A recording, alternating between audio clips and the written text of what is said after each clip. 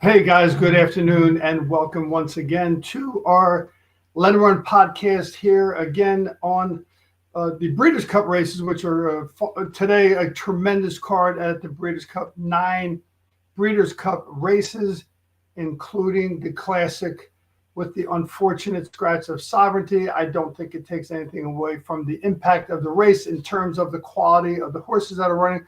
We just hope that all the connections of Sovereignty or Sovereignty is doing well, and with all the connections involved with the horse, didn't have a chance in this Classic to seal his fate as one of the best horses that we've seen in a long time. We wish him well and hope to see him running again soon. So again, I'm here, Freddie York, your host today on our podcast, Let Him Run podcast. I'm going solo today. My buddy Johnny Cosson is still roaming around Del Mar once again. Yesterday, we kept in touch with John out there and gave us some intel, some information that came straight from the horse's mouth, no pun intended, but definitely got some help there, some upsets that came across yesterday, some things that we didn't expect to see an upset. For instance, Ted Nafi went off at the dead favorite and came closing very strongly to finish that Kentucky Derby points race, which was a 30-point win for Ted Nafi. Certainly looking forward to seeing that horse in the Kentucky Derby on the first Saturday in May.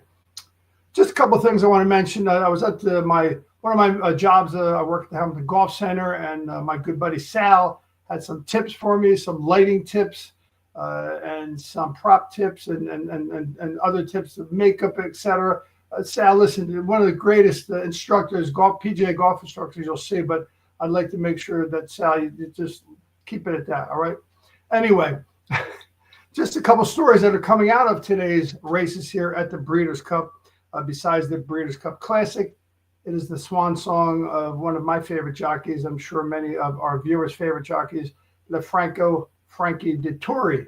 He will be finishing his career here in North America, planning to ride, I believe, a few horses down in Chile, which he has said he always wanted to do, but he will be concluding his time here in North America riding, and we wish him well. He has 3 mounts today, races 5, 8, and 10, which also coincide with the first leg of the all-turf pick 4 at the Breeders' Cup today, races 5, 8, 10, and 12. But Frankie Dettori will be riding his last rides in North America today in races 5, 8, and 10, and justifiably 3 turf races for one of the best turf jockeys. And certainly, I know myself, I certainly would be looking to see a flying dismount one more time from Frankie. So good luck to Frankie, and God bless as you move on.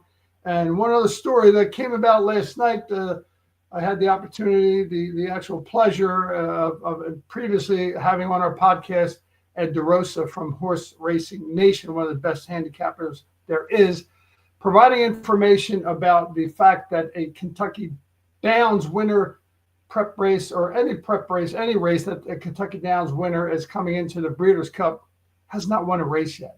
I am hoping to see that curse break today. There's a few horses that I like that are they're prepped in the Kentucky Derby, Kentucky Downs race. I apologize. Kentucky Downs race. Any horses that came out of Kentucky Downs have not won. They're 0 for 128, something like that, some crazy number. So that's a curse I'd like to see break. There's a couple horses, like I said, that came out of Kentucky Downs prep race that I do like. So let's see how that works out. Okay, so let's get down to it. Okay, we're going to talk first about race number 4, the Breeders' Cup Filly Mare Sprint. A nice field in here. I am leaning towards the number 8, Hope Road. This horse is number 1, Prime Power. Filly has jockey Jose Ortiz in their irons. The grade 1 win last time out at Saratoga would do very well here, and a price of 4-1 would be nice. I don't see that going down very much from there. They're a big entrance in this race, and I think that would be a nice price to get on Hope Road, the number 8 horse. Another top contender is the number 9 horse, Richie, out of Chile. 5-1 morning line. Always puts her head down and runs a very good race every time she's out there. Sire is practical joke, so I don't think 7 furlongs is any problem for this horse. I think that's right in her wheelhouse. 2 races back, this horse ran third to Seismic Beauty. Definitely one of the better horses that we're going to be seeing running, and certainly to run second to that horse, a third to that horse, gives this horse a big chance in this race. Got a top long shot here, number 2, Splendora. Bob Baffert has this runner primed up and ready to go. If you look at the workouts, this horse is getting ready to run. And I'd love to see Bob Baffert, a horse being morning line of 8-1. I would love to see that line stay anywhere near the 8-1 mark. The horse loves Del Mar track, 3 for 3 at Del Mar track. Definitely needs to step up in class a little bit. I don't see that being a problem. Looks like that horse, she may be ready to do so. Okay, so let's go ahead on to race number 5 at Del Mar, the Breeders' Cup Turf Sprint, a 5-furlong sprint where chaos ensues often. Yesterday, there was a 5-furlong sprint where oftentimes the outside horse was unable to get the job done, but yesterday they were able to do that. We'll see what happens here today. In fact, I have a big long shot here that I really like, the number 5, Bring the Band Home, morning line of 12-1. Love, speaking of good turf jockeys, I know there are horses who are bred for turf. I think this is a jockey who has been bred for turf. Javier Castellano, perhaps on having one of the highlights of his meets of his career, but certainly a good jockey nonetheless. He could have this run if they get a clean break long gone, in my opinion. I think, 5 furlongs, a lot of stuff happens very quickly when these gates open up. I think this horse has a good chance to go out front, and with Javier Castellano up front, I could see this horse getting to the front, perhaps staying there. Trainer Mark Casse spots them where they belong. And I just think this horse probably could be the speed of the speed. If you draw a line through the last race out where he had a bad break, I think this horse has a big chance, and I love the 12-1 morning line for sure. A top contender, well, probably the favorite. I don't know if I call it a top contender, another top pick, Maturis, 7-2. Last race closed like a train at 5 furlongs, and just missed, and that's a tough thing to do, to close in a 5-furlong race. But I think this time has a chance to get the job done. The morning line of 7-2. Certainly favoritism is in the wheelhouse for the number 1 horse, Maturis, on the rail as well. That gives that horse a little edge too. I got a top long shot here, the number 2, Reef Runner, 6-1. My buddy John Costa and I talked about this horse several times.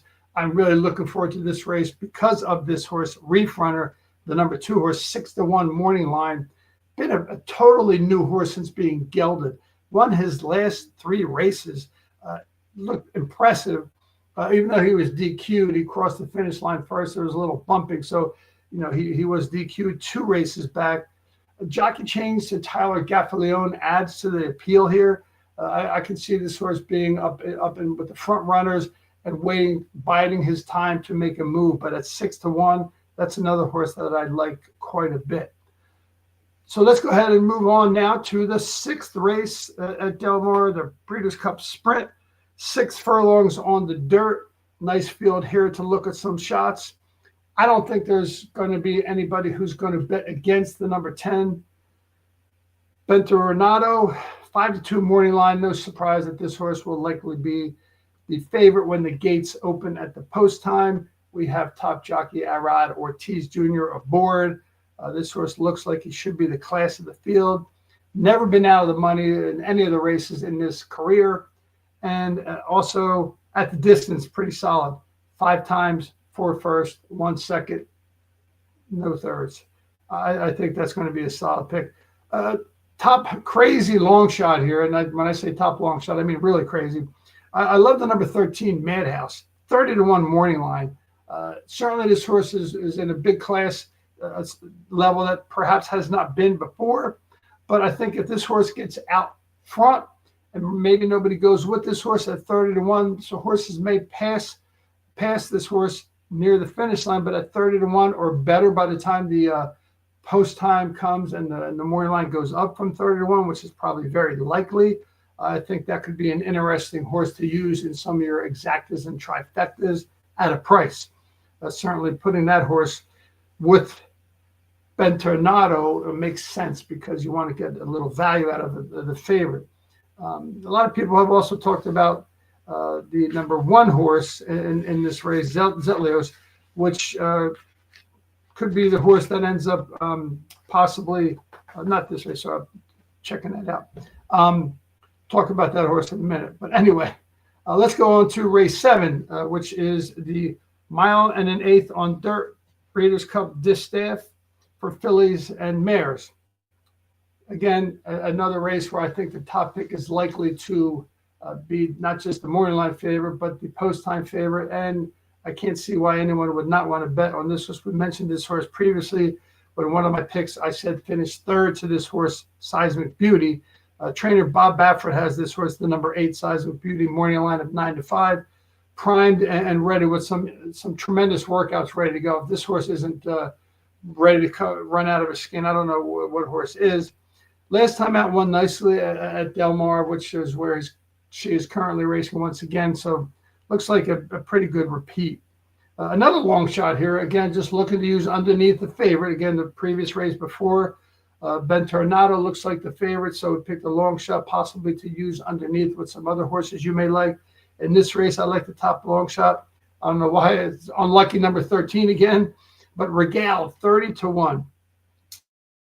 The reason why I like the other horse in the previous race, race 6, I like this horse because a speed door likely can break out, and this horse at 30 to 1 can get in the mix at a price. Has to step up in class again, as usual. That's why the morning line by David Aragona says 30 to 1. Horse has to step up, but I think there's a lot of pace in this race. The 3, 7, 8, 11, 12, they all have speed, and if they decide to get and turn the burners on up front, who knows? Maybe this horse might have a chance to get a piece of the pie and spice up some of the exactas. Okay, let's move on to race number 8, the Breeders' Cup Turf. It is a 1.5 miles. I love these turf races, these long turf races, 3 turns. Got to look for a horse who has staying power, and obviously the Euros in this race tend to be favored, and rightfully so. My top pick is a price, El Cordobez, the number 10 horse, 15 to 1, trained by top Euro and certainly top marathon trainer Charles Appleby. Getting a price of 15 to 1 with any horse that's being trained by Charles Appleby certainly is going to get my attention. This horse definitely has staying power, as I mentioned. Also has an interesting rating that, again, I always go back to Brisnet, my new friend Gus Alonso, who does the spotlight picks for Brisnet, has shared some information with me in terms of how to interpret some of that. This horse has a P4 rating presser, which means that he's going to be up there but doesn't have to be in the lead. And these races, there have been 11 of these races run at Del Mar, not just in the Breeders' Cup, but have 11 races. And if the horse is rated P4, they win it 43% of the time. So I'm really looking forward to seeing how this horse makes out at 15 to 1. So let's look at that. The other horse that's likely to be the favorite again certainly has a chance to make this field look pretty easy. Mini Hawk from Ireland also certainly looks like the one to beat. Ran second in a big quieter race over there in Europe, the Arc, last out. It has a big time closing kick, certainly looks to be the favorite. Mini Hawk being talked about a lot as a horse that possibly maybe could be even used as a single here in your horizontal bets, but we'll take a look at that and see how it goes. Now, again, looking at a lot of 30 to 1 shots here. I got another one here. This is probably one of my favorite long shots in this race, especially because I think, again, there is not much speed in this race, which is typical in a marathon turf race. There may be some horse that may get out and try to get a lonely lead, and who knows if no other horse goes with him.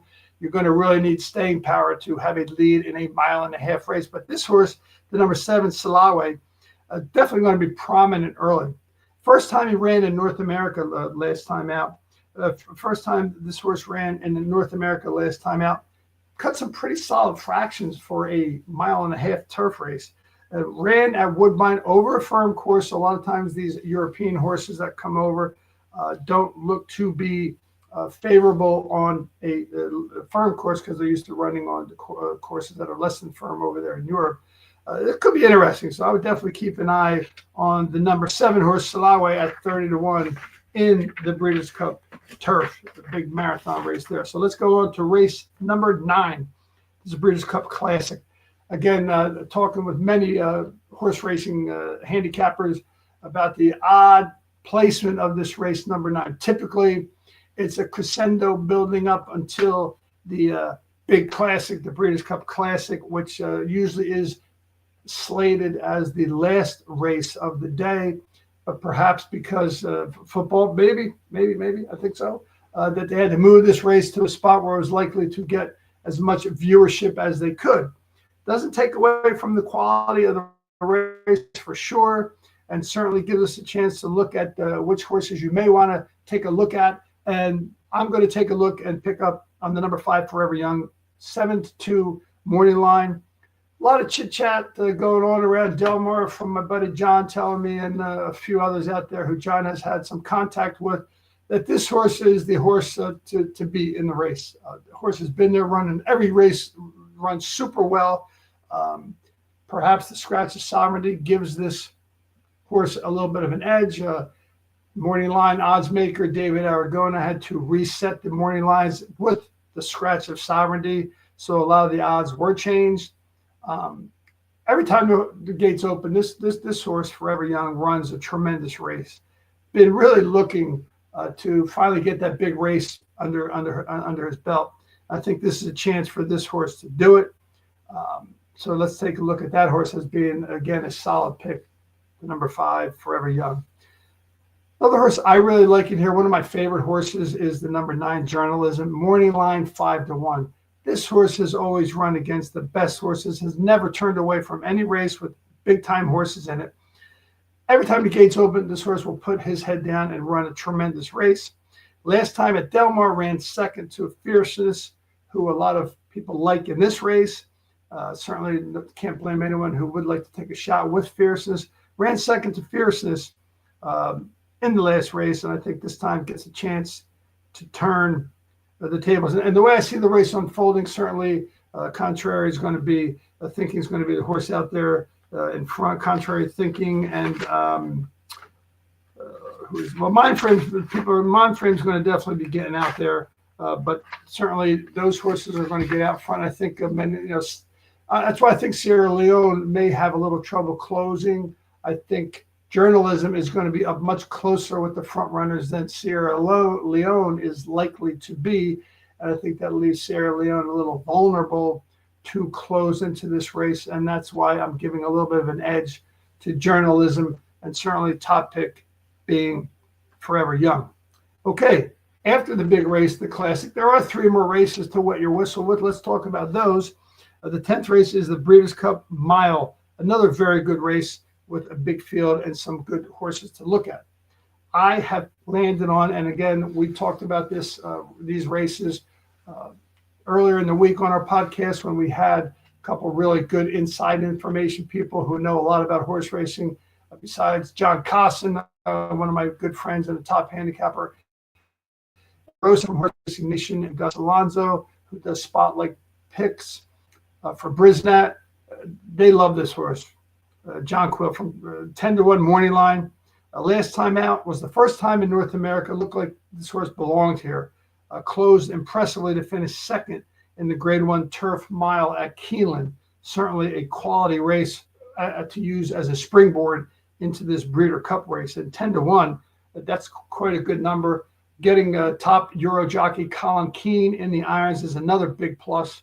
So that's going to have an opportunity to get a price home at 10-1. That's my top pick there. Might need to take a small step forward, John Quill. I don't think that's out of the realm. Second time in North America. I think this horse has a good chance to do that. The other top contender, a lot of people like this horse too, is a horse bred in Ireland, the number 4, the Lion in Winter.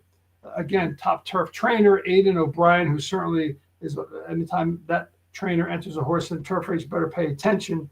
And this horse, it's as only as entrant in this big field, Aidan O'Brien. So you're getting a pretty nice number for an Aidan O'Brien horse at 6-1 in a turf race. This horse has raced in nothing but big-time stakes races over in Europe and ran exceptionally well against a lot of good horses in very big fields. So I think that horse has a huge chance to close into this race. There's a lot of speed coming from the outside horses. The 11, 12, and 13 are likely to cross over, get the lead. And I think this horse, the line in winter, could get a good chance to close into all that speed. All right, let's go to race 11, folks. That is the Breeders' Cup Dirt Mile. Some very familiar names in this race for all you folks who do a lot of watch a lot of horse races. You recognize many of these names. Probably could make a case for almost every horse in this race.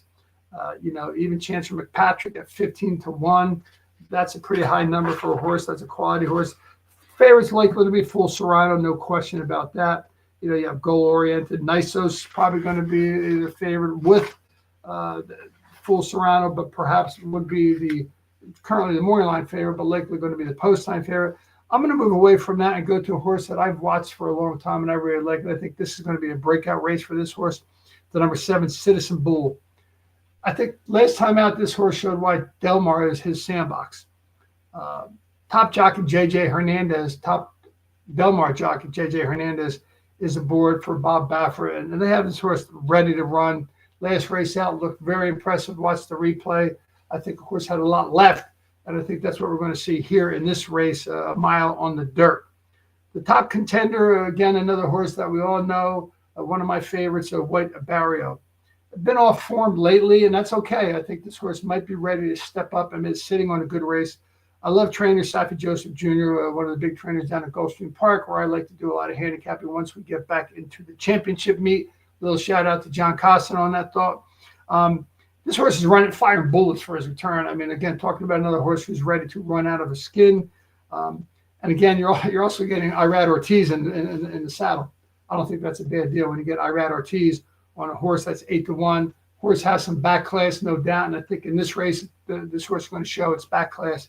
And at 8-1 has a big chance. So again, we know who the favorites are going to be in this race.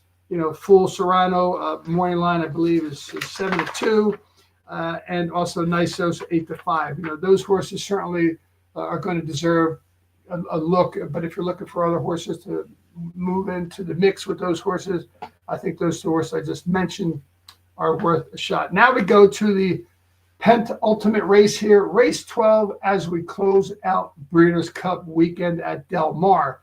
Been a great weekend so far. Let's see if we can end on another high note here.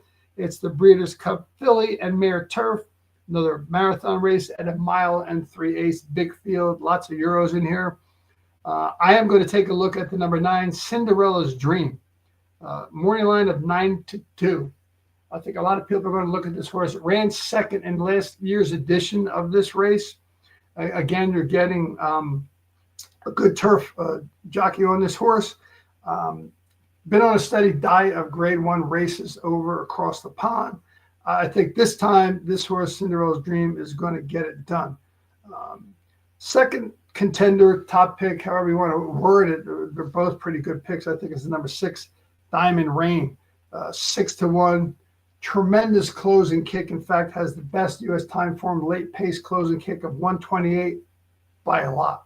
So a lot of horses are going to close into this pace in this race, and there is pace in the race. Definitely speed from the 2, the 7, the 13. You're going to get the pace to set up for a big-time closer. And again, this horse certainly fits the bill. Diamond Rain, trained again by Charles Appleby, who has my top 2 picks. Charles Appleby also trains Cinderella's Dream.